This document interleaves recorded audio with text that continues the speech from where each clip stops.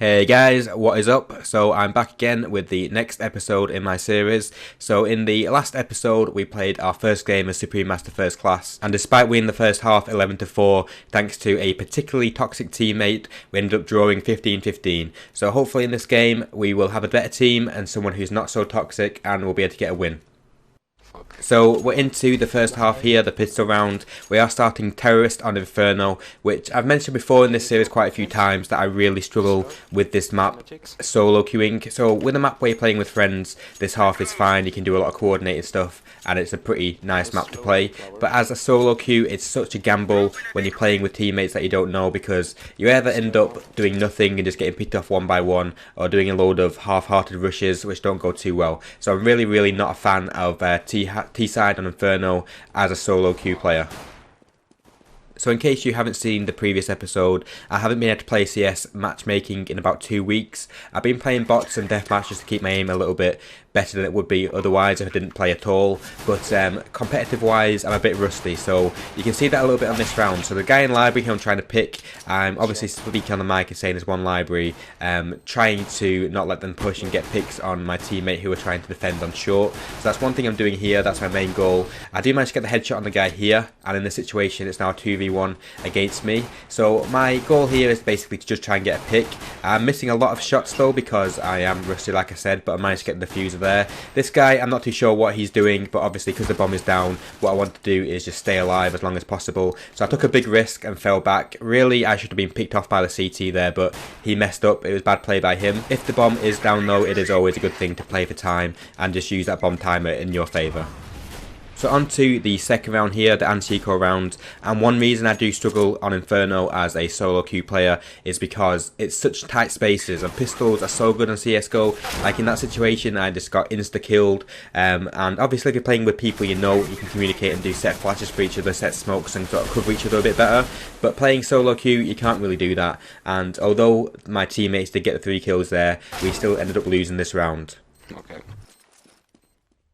So the round on the screen now is the first gun round. What I want to talk about really on this half is the people's attitude on the other team. So this wasn't a good half for us. We ended up getting beaten quite badly, as you'll see soon on this half.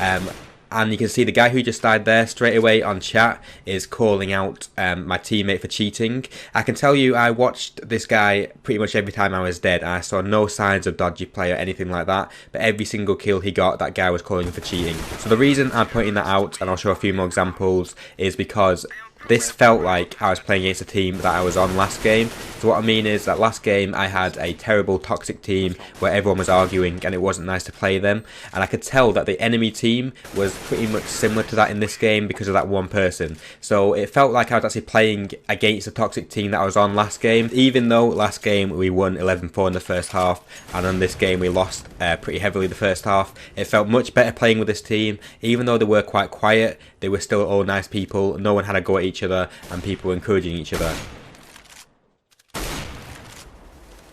So you can see just on that clip, even though it was nothing special, he gets killed by me and then has a comment. It was like that every single round pretty much. Whatever happened, he had some kind of comment. And really, if you are like that, you get a bit mad at the game, it's always best just not saying anything or just say in team chat at the most. Because if you are whining every single game in full say, people are just not going to take you seriously and people are just going to think that you're mad. So you're best off just keeping yourself to yourself, typing something in team chat if it really gets to you, but don't bother flaming in the normal chat. It's just not a good idea, and you're not going to get anywhere with it.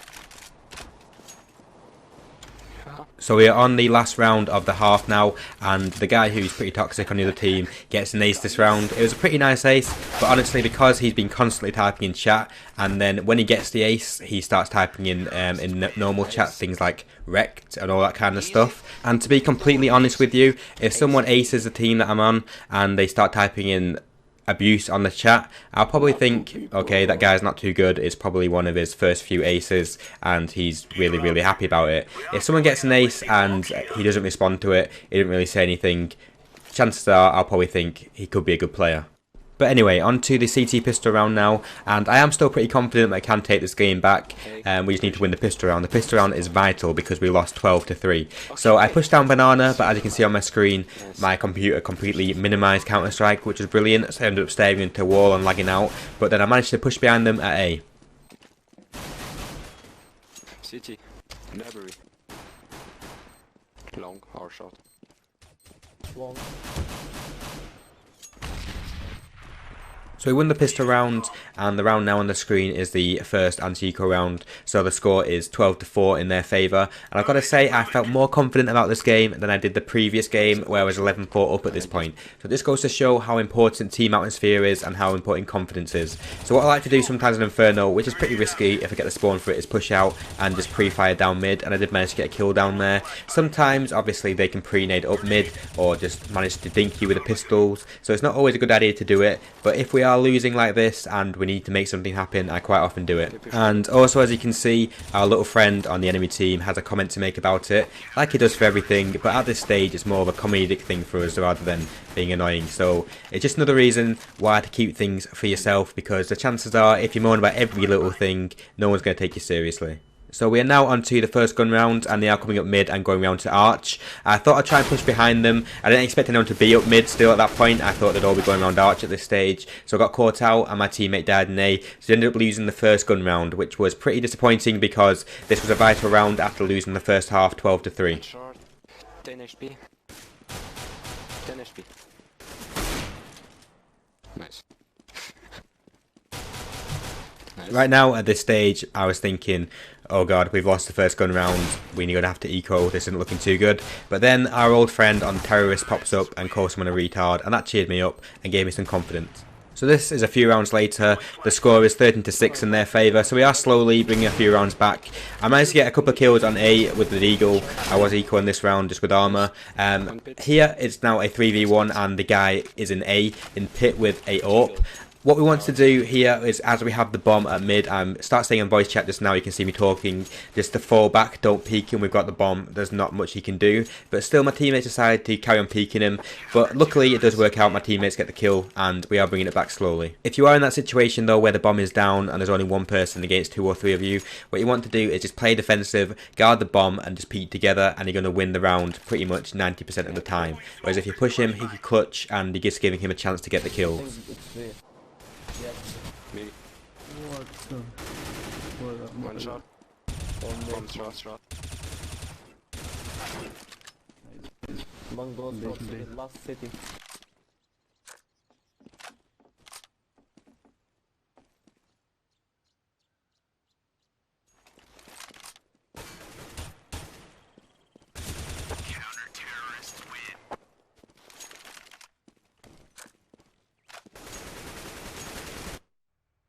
Can I have a draw?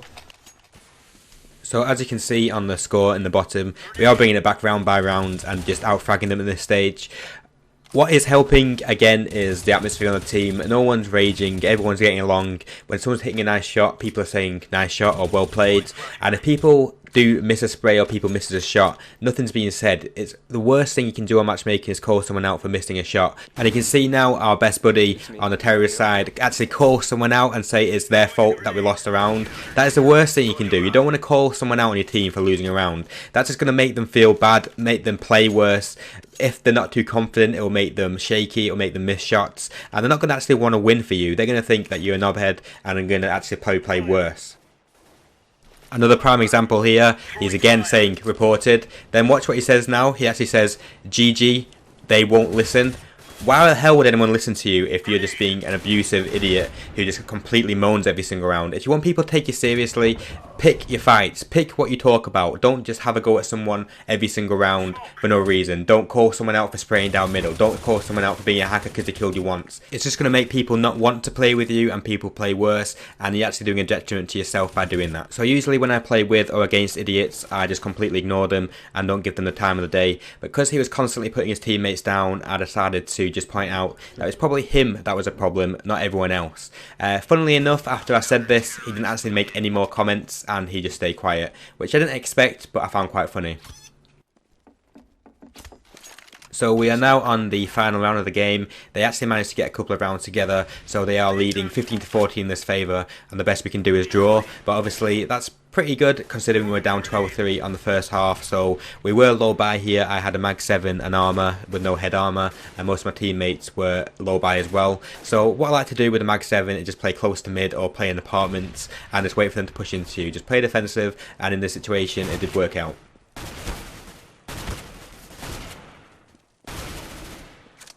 Smoke and go away, my friend. So that is the end of the game. I'm pretty happy that we managed to come back, but it is now 2 draws in a row. So hopefully next game we'll get a win, and the next video should be up in a few days. So cheers for watching, guys. Thank you. Good